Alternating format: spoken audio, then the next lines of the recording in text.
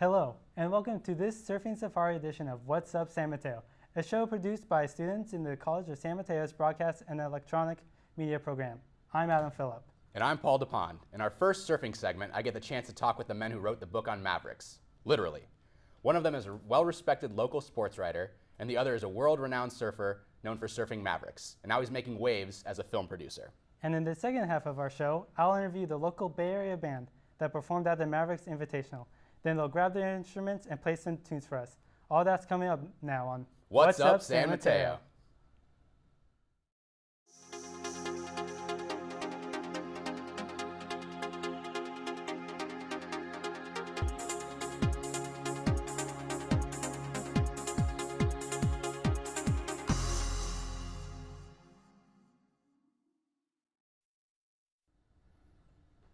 Those of us in the San Francisco Bay Area should know exactly what Mavericks is. But in case you've had your head buried in the beach sand, you should know that Mavericks is a world-famous big wave surfing location and competition near Half Moon Bay. We're going to find out a lot more about it from my two guests. Joining me today are co-editors of the book Inside Mavericks, Bruce Jenkins and Grant Washburn. Bruce Jenkins has not only authored multiple books, he is also the lead sports writer for the San Francisco Chronicle. And Grant Washburn is a filmmaker and Maverick surfer. Thank you both for joining me today. Quite welcome. So the first question's for you, Bruce. Can you tell us a little bit about the history of Mavericks and how it got its name? Well, here's one of the great big wave spots in the world, and until recently, it was a complete mystery. You're driving along Highway 1, you can't see it. It's sort of hidden by the Pillar Point headland there in Half Moon Bay area. And even if you're driving the roads of Princeton, sort of heading out that way, or even walking out to the beach, which is very narrow and with a big pile of rocks, you still wouldn't really have any idea what's going on out there. You have to be up on the bluff to get an idea, and then once you see it, you really don't want to go out there. I mean, it's out in the middle of the ocean, it's freezing water, and back then there were no leashes on boards, but one day in 1961, three guys from Half Moon Bay decided to see what's going on out there. And they hit the water, and they had a little dog with them, and the dog also hit the water. We can't do that, so they had to paddle back and tie the dog up to the car.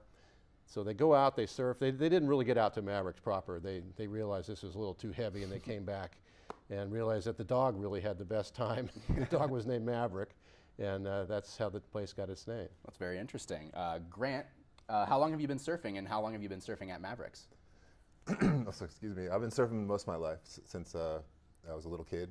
I learned in New Jersey, summers, inflatable mats, standing up as a kid, and finally picked on a big surfboard with a real fin when I was about 8, and I was hooked from then on. Yeah. And that's what led me to California, and I was basically lucky enough to arrive right when Mavericks became public knowledge, and I was one of the first crew to get out there in the early 90s, so over 20 years at Mavericks at this point. It must be really rewarding doing something that you love for so many years. It's a weird thing because there was no Mavericks when I was a kid, so I just stumbled into it. But to end up having all that stuff sort of happen right when I got here just felt, I feel like I was just the luckiest surfer ever. So yeah, absolutely, it's definitely a lot of fun. That's cool. Bruce, there's a chapter in the book called Fear. Can you elaborate on the importance of fear in surfing? Well, fear is what every surfer deals with in terms of what is your limits. At what point are you no longer comfortable? And we all have our limits, except for these very few guys who can surf the biggest waves in the world. But even for them, you're dealing with an incredibly dangerous wave at Mavericks, extremely cold water. The sharks are out there. There's no beach. If you wipe out, you may very well go through a big pile of rocks. But the most interesting aspect of fear, you're going to have it, and all these guys will say that, but it's the dealing with it that separates them from everyone else. It's dealing with a worst case scenario where you've been held under for 2 waves, and then when you come up, there's like 8 more. Yeah. And being able to stay calm through your fear, because panic will suck all your oxygen away, and then you're really in trouble. So that's what's always fascinated me about these guys writing about them, is that they have fear like everyone else, but they control it, and they're able to stay calm in situations that are inconceivably dangerous. Oh, I would imagine. So the next question's for you, Grant. Can you tell us what fear means to you as a surfer, and have you ever sustained an injury while you're out surfing?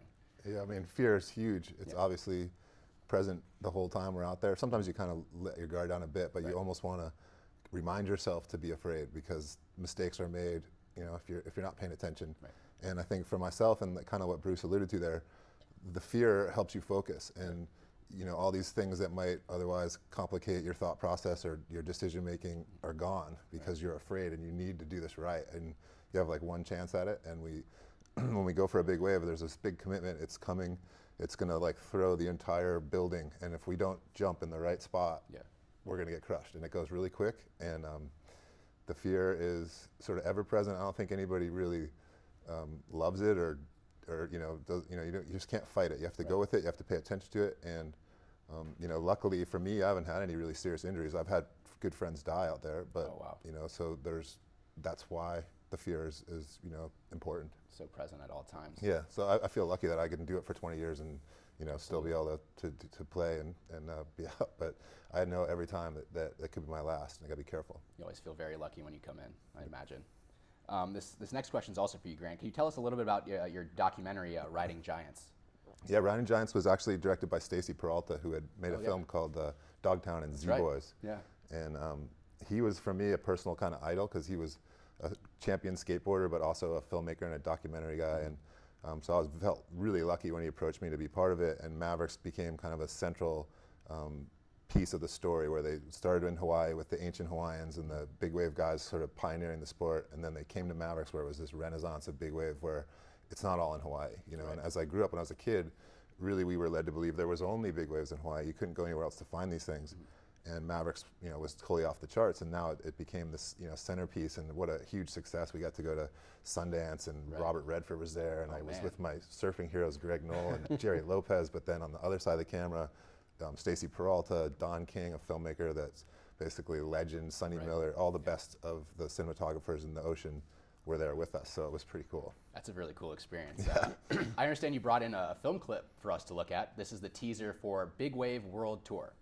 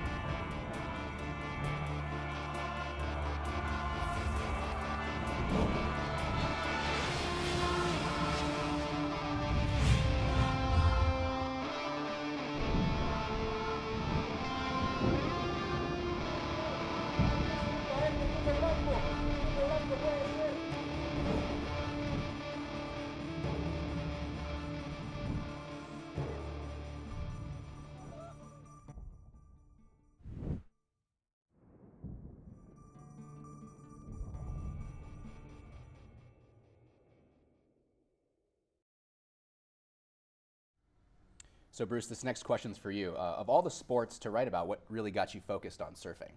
Well, I'm from Malibu, California, and grew up in the water And it was like my number one thing, this next swell coming, that was the most important thing in my life. And in 1974, I made my first trip to Mecca, the north shore of Oahu, and I've only missed 2 winters since then. I've always been able to plug into that lifestyle, get some waves myself, watch the big wave surfers do their thing.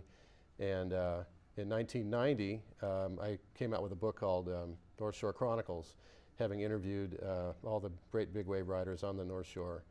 And that connected me with Surfer Magazine, and I've done a bunch of magazine pieces since, the Inside Mavericks book, and it's by far my most pleasurable experience in writing because I'm so fascinated by the characters. There's very little money involved. The humility combined with the strength, the natural beauty of it, it's kind of matchless. I imagine it would be. So Grant, this next question is for you. What really drives you to surf such a dangerous spot as Mavericks, and can you describe the feeling of catching the perfect big wave? Yeah, I think we spent a fair amount of time trying to figure out why we're attracted to this. As a kid, I just loved it. I loved the idea of the big waves, even though I was in New Jersey. So maybe it was that, like, always hungry, always wanting a bigger day. When I finally moved to California and saw waves as big as Mavericks, I didn't really feel like I wanted to dive right into it, but I was attracted to it and slowly but surely worked my way over. And the experience of catching the wave when you're right in the perfect spot and you make the commitment and everything fits perfectly, it's surreal. It's impossible to describe. It's so fun, and that's why you see guys just can't get enough of it. And I think you can kind of get a feeling for it when you watch a film of this. It's an extreme commitment, extreme risk, but the rewards, special. That kind of thing that you remember your whole life. Kind of very addicting. Once you do it, you kind of get hooked. Yeah. When's the next one? Like you said, keep it coming. So this next question is also for you, Grant. You were the surf coordinator for the 2010 movie Chasing Mavericks. What did that entail, and do you have any cool stories to share with our audience? Oh, well, that was a film about Jay Moriarty, who was a friend of mine, and Bruce and I actually dedicated the book to him. He was a really special young surfer that really taught a lot of people what life's all about. And he had no ego. He wasn't. He was just positive energy. So when he came with you, wherever you went, you had a better time. And making a film about him was pretty incredible. Gerard Butler came out and did a lot of hard work, and it was tough, but in the end, it came out pretty well. And we just screened it this week again, and some of the old surfers that ride Mavericks thought, hey, you guys did a great job. So I think Jay was smiling on us. It was tough. That's pretty cool. So we're running out of time, but we have a time for quick questions. This is for both of you. Grant, do you have any advice for surfers aspiring to surf Mavericks? And Bruce, do you have any advice for young sports writers trying to catch their big break? Whichever one of you wants to start first. Yeah, I mean, if you feel like you want to surf big waves, you probably do. And I would, encourage anyone that no matter where you're from or no matter what your background, you can do it. Do it smart, work up to it. Don't just dive out there, but Ocean Beach is a great place to practice, or up and down this coast, there's plenty of waves. So get a good wetsuit and pay attention. Cool. Yeah, well, I've been in newspaper for 40 years, and newspapers are dying, basically. And so it's hard to tell kids to aim that way. But I would say, if you think you can write, just write fictional accounts. Try writing a novel. If you on the high school or college paper, be sure to write there. Have something you can show somebody. If you have any talent for broadcasting, by all means, go that way too, so you're versatile. And by all means, know the internet, because that's the future and that's where the jobs are going to be. Absolutely. Follow the technology. Yeah. Unfortunately, that's all the time we have, gentlemen. It's been such a privilege to sit down and talk with you guys. We're really glad you could come into the studio and spend some time talking about Mavericks with us. Now that you've met the authors, find out more about Mavericks by reading their book, Inside Mavericks. And don't go anywhere. Coming up in the second half of our show, Adam will talk about an up-and-coming local band with a surfing connection right after this.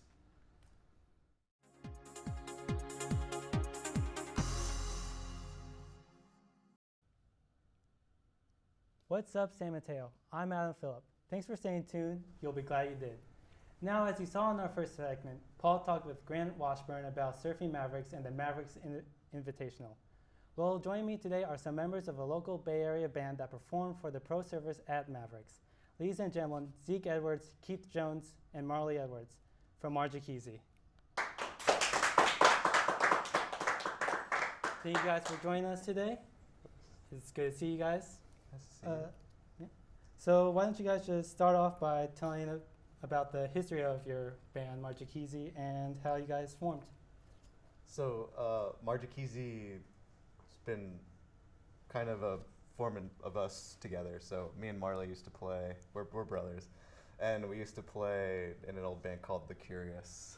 And over the years, we kind of fell out of that band. And then I met Keith through a High mutual school, friend. Yeah, he was at my house one day, showed up, and kind of became friends. And then Sequoia High School Band, we played there, and met Jimmy, our drummer, and we kind of formed Marjakizi. Cool. So how long have you guys been performing then? We've been playing like 5 or 6 years together. 5, 6 years? Yeah. Yeah, our first real practice was Super Bowl Sunday, 2008. Ooh. Okay. So that's our anniversary. And where did you guys get the name Marjakizi from?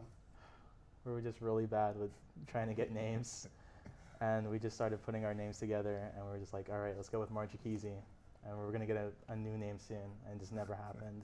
6 years So later. yeah, so it just stuck. Yeah, Yeah, there were a Z- bunch of different forms. Kijamazi and Yeah, crazy stuff.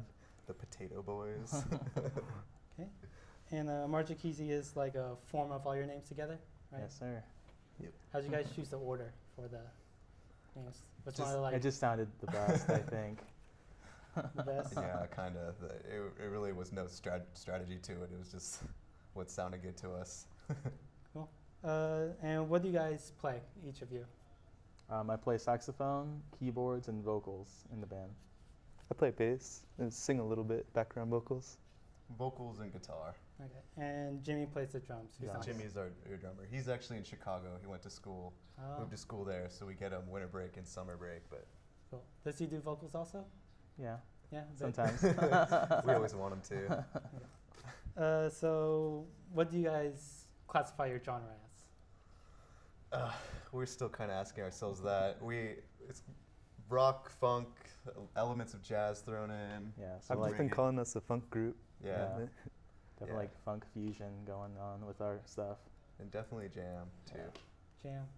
Cool. So you guys performed at Mavericks. You guys want to talk about how that came about? What it was like? So Mavericks, we figured out that the date was coming up, and we contacted Brian from the old Princey Landing, who throws on the after party every year. And so we called them up, and they were happy to have us, and we played that night, and it was a lot of fun. The bar filled up, and we got everyone dancing. It was a lot of fun. It was a And, good time. Yeah, and just we had the winner of the Mavericks competition come up on stage and do a song with us, so that was pretty cool. He sang with you guys? Yeah, What song was it? it was There was some- some song some random dude made up. Some guy came up on stage, took my guitar, and played a song, and this guy sang with him, and I was playing tambourine. But So you didn't sing like "I'll Always Love You" or something? no, we didn't know what the song was. It was kind of a reggae feel to it. Oh, okay. Yeah. So do you guys want to talk about your Marjakizi Fest? So basically it's just a little festival that we throw in Redwood City, California, at a little cafe called Backyard Coffee. We just got a lot of bands that we know through like playing with them, asking if they want to play, and they say yes, and we all just get together and jam, and then play together at the end. It's really fun. We also have artists come out, local artists that we also know, and then we're all together just having a good time. Yeah, the whole festival's to promote supporting local music. So you guys like jump on with another band, or do you just take turns? At the end, we kind of had a jam, just combine all the groups. Just Cool. whoever wants to play. Yeah, we always encourage people to come up with us.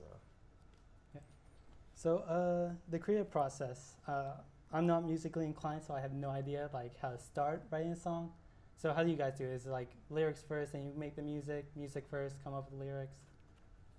Usually it's someone comes up with a line or a lick or something that we can kind of add at a practice. And so someone will bring in a line and everyone will add their little part to it. And I'll either come in later with some lyrics, or Keith's written some lyrics too, and we kind of combine it all together. Marley comes up with a lot of chord progressions. So Okay. some of our best songs. So where are you guys going to be playing for us today? It's a new song that we're trying to add into our new album that we're working on currently, and it's called Coming Down. Okay. You said new album. So you guys have a previous album? We have a previous album that's out on, what's it, Bandcamp? Yeah, on Bandcamp. And you can download it for free. And you can go through our Facebook page, Facebook.com/Marjakese. And yeah, our old album's on there, and then we're currently working on a new one, and it's all recorded and mixed by us. We're doing it all at home. Okay. So I guess you guys working on a new album, future plans for Marjakese? Just keep making music? Do you guys want to go on tour? Something like that? I mean, you've already made it on TV, so. Yeah. No, we're just looking to get shows this summer. We would love to go on a tour, but you know, we got to plan that all out, and we're really bad at promoting ourselves. So, but we started playing at the Underground Pub in Redwood City. We play there once a month now. So if you want to catch us there, all our events will be on our page, and it'll be a fun time.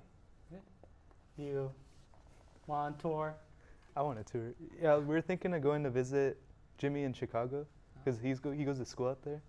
So we were thinking of going maybe playing gigs on the way back. Tour with Jimmy?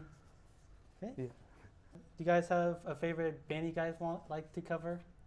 Maybe inspiration while you guys are on stage? Like you throw in some of your own, then maybe like Bob Marley? Oh, some cover songs. Yeah. Yeah, I mean, we throw in cover songs in our sets. We do have like a Bob Marley medley. It's kind of how we feel that day. We've done some James Brown the last couple of shows, and just stuff to get people up and dancing. It's supposed to be fun. Can you do the dance? The dance? Do the James Brown? Oh no. No? We do the jellyfish. It's for you just wiggle around. Very nice. Okay. So, do you guys want to talk about the YMCA?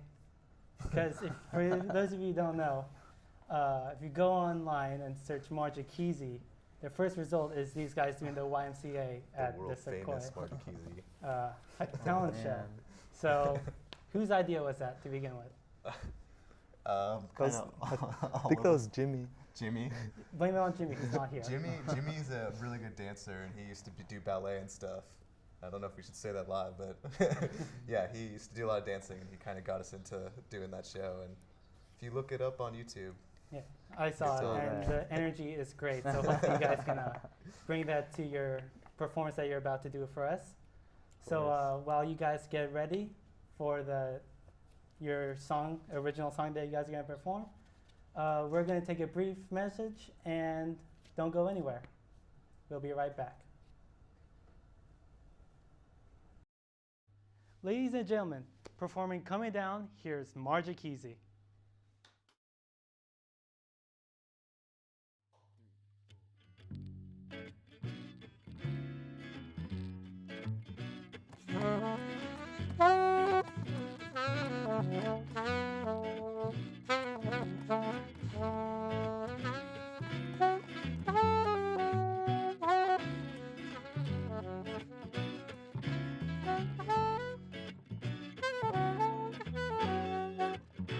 The dust collects all my memories. Thoughts of happiness seem to vanish in the past. Fairy tales that were laid out in front of us seem to vanish in the dead of night. I'm coming down the highway. Positions from which I stand crumble down. I'm coming down the highway. Decisions made, love is gone, gone,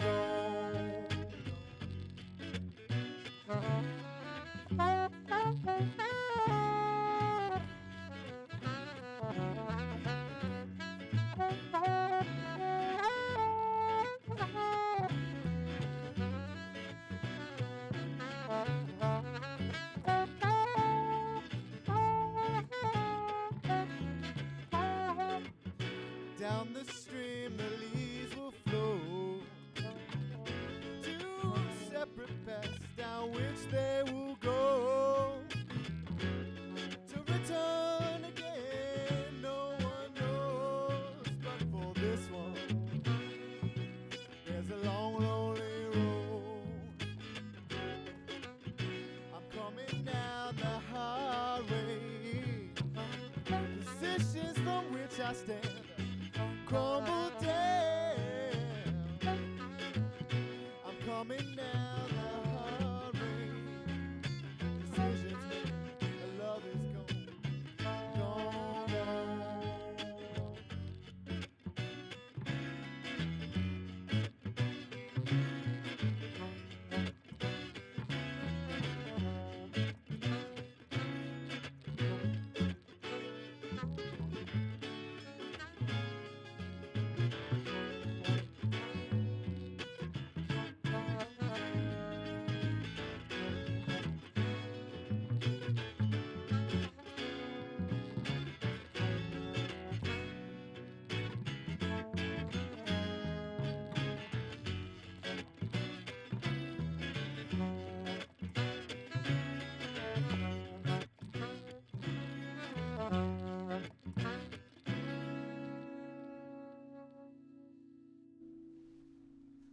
Once again, Margie Kesey, everyone.